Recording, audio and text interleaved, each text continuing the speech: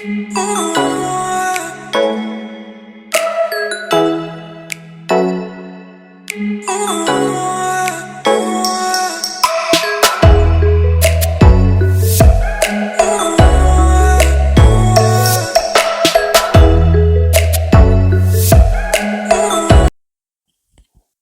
అండి, welcome back to సౌరస్ kitchen. ఈ రోజు నేను మా నెల్లూరు స్పెషల్ వంటకమైన నెల్లూరు చేపల పులుసుని ఎలా చేయాలో మన వీడియోలో చూద్దామండి. ఇందుకోసం నేను ఒక 1/2 కిలో చేపలను తీసుకున్నాను. ఇవి బొచ్చెలండి, మా సైడ్ బొచ్చె అంటారు, మామూలుగా కట్ల అని కూడా అంటారు వీటిని. చింతపండు, ఒక నిమ్మకాయ సైజంత చింతపండు నానబెట్టి పెట్టుకున్నాను. అలాగే దీనికి 2 ఆనియన్స్, 2 టమాటాలు, 1 కప్పు కొత్తిమీర, 4 రెమ్మల కరివేపాకు, 1 మామిడికాయ అండి. అలాగే 1 ఆవాలు 1 స్పూన్ అండి, మెంతులు 1/2 స్పూన్ అండి. ఇవి వేయించి పొడి చేసుకుంటాం మెంతులు ఆవాల్ని.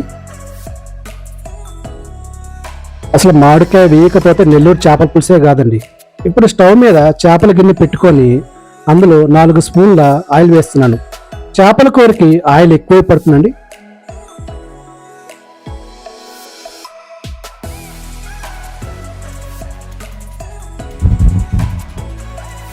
ఇప్పుడు ఈ ఆయిల్ కొంచెం వేడెక్కిన తర్వాత ఇందులో కొంచెం మెంతులు వేస్తున్నానండి.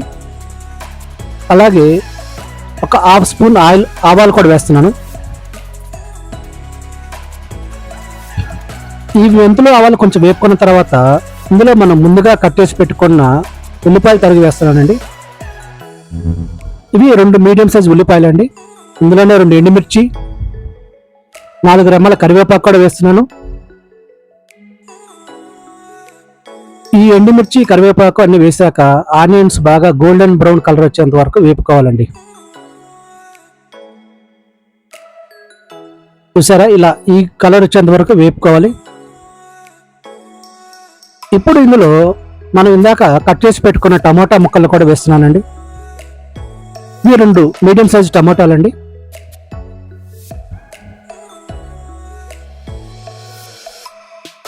ఈ టమాటాల్ని బాగా కలుపుకొని మూత పెట్టి 2 నిమిషాల పాటు బాగా మగ్గనిద్దాం.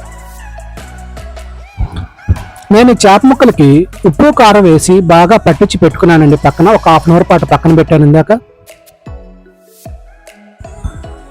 ఇప్పుడు ఈ టమాటాలు బాగా మగ్గిన తర్వాత ఇందులో మనం ఇందాక నానబెట్టుకున్న చింతపండు గుజ్జు ఉంది కదండి, అది ఇందులో వేస్తున్నాను.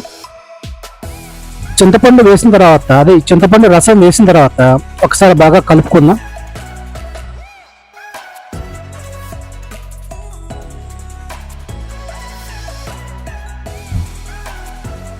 ఇప్పుడు ఇందులో 1 స్పూన్ కారం వేస్తున్నాను. ఆల్రెడీ ఇందాక మనం చేప ముక్కలకి కారం పట్టించాం కదండి, ఉప్పు కారం, అందుకని ఇందులో 1 స్పూనే వేస్తున్నాను. మీరు కావాలంటే టేస్ట్ చూసుకొని కావాలంటే కొంచెం యాడ్ చేసుకోవచ్చు.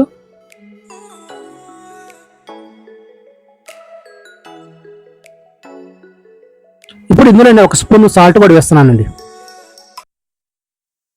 ఆల్రెడీ ఇందాక మనం చేప ముక్కలకి కారంతో పాటు సాల్ట్ కూడా వేసాం కదా, అందుకని ఇప్పుడు 1 స్పూనే వేస్తున్నాను.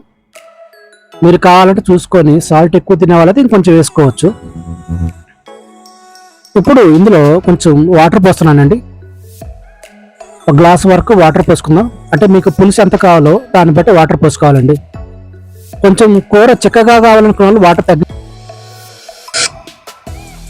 ఒక 5 నిమిషాల పాటు ఇది ఉడికించుకున్న తర్వాత, ఇలా బాయిల్ అయిన తర్వాత ఇందులో మనం ముందుగా ఉప్పు కారం వేసి పెట్టుకున్న చేప ముక్కల్ని ఈ పులుసులో వేసుకుందాం. చేపల కూరకి ఎప్పుడు అడుగు వెడల్పుగా ఉండే గిన్నె తీసుకోవాలండి. అడుగు చిన్నగా ఉంటే గనక ముక్కలు ఒకదాని మీద ఒకటి పడి విరిగిపోతాయి. సో ఎప్పుడైనా సరే అడుగు పెద్దగా ఉండే గిన్నె తీసుకోండి. ఇలా చేప ముక్కలన్నీ ఆ గిన్నెలో వేసుకున్నాం. ఇప్పుడు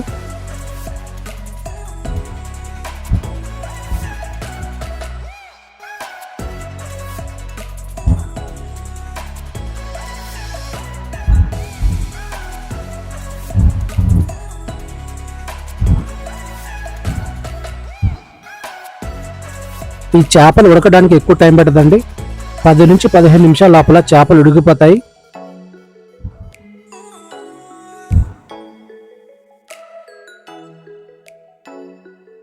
ఇలా అన్ని వేసుకున్న తర్వాత ఒకసారి మనం చేపల గిన్నెని ఇలా తీసుకొని 2 పక్కల పట్టుకొని ఒకసారి బాగా తిప్పుకుందామండి. ఎందుకంటే గంటి పెట్టకూడదండి, గంటి పెడితే ముక్కలు విరిగిపోతాయి.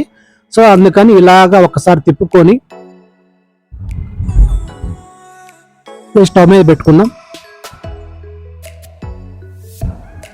ఇప్పుడు మూత పెట్టి ఒక 5 నిమిషాల పాటు బాగా మగ్గనిద్దామండి. 5 నిమిషాల తర్వాత మూత తీసుకొని ఇందాక మనం మెంతులు ఆవాలని వేయించి పొడి చేసి పెట్టుకున్నామండి. ఆ పొడిని ఒక 2 స్పూన్ల పొడి ఇందులో వేసుకుంటున్నాం. ఇంతేనండి, నెల్లూరు చేపల పులుసులో అల్లం పేస్టు లాంటి ఏమి మసాలాలు వేయరండి. ఓన్లీ మెంతులు ఆవాల పొడి మాత్రమే వేస్తారు. తర్వాత మామిడికాయ ముక్కలు కూడా వేస్తారండి. అంతేనండి, వేరే మసాలాలు ఏవి నెల్లూరు చేపల పులుసులో ఉండవు.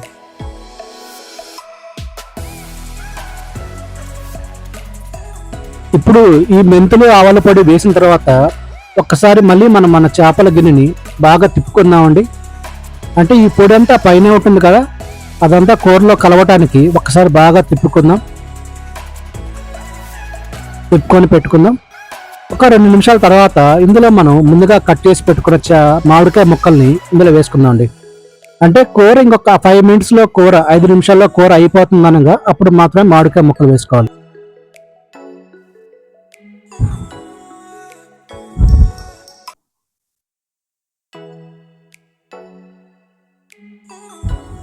ఇలా ఈ మామిడికాయ ముక్కలన్నీ వేసిన తర్వాత ఈ కూరని మళ్ళీ ఒకసారి బాగా తిప్పుకుందామండి.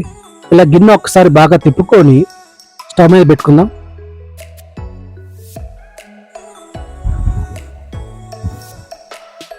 అంతే, మూత పెట్టి ఒక 5 మినిట్స్ తర్వాత చూద్దాం.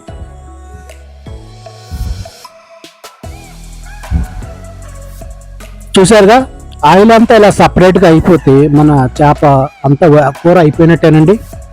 ఇప్పుడు కొంచెం కొత్తిమీర జల్లుకున్నాం. ఈ కొత్తిమీర జల్లిన తర్వాత మళ్ళా ఒక్కసారి మన చేపల కూరని బాగా తిప్పుకుందామండి.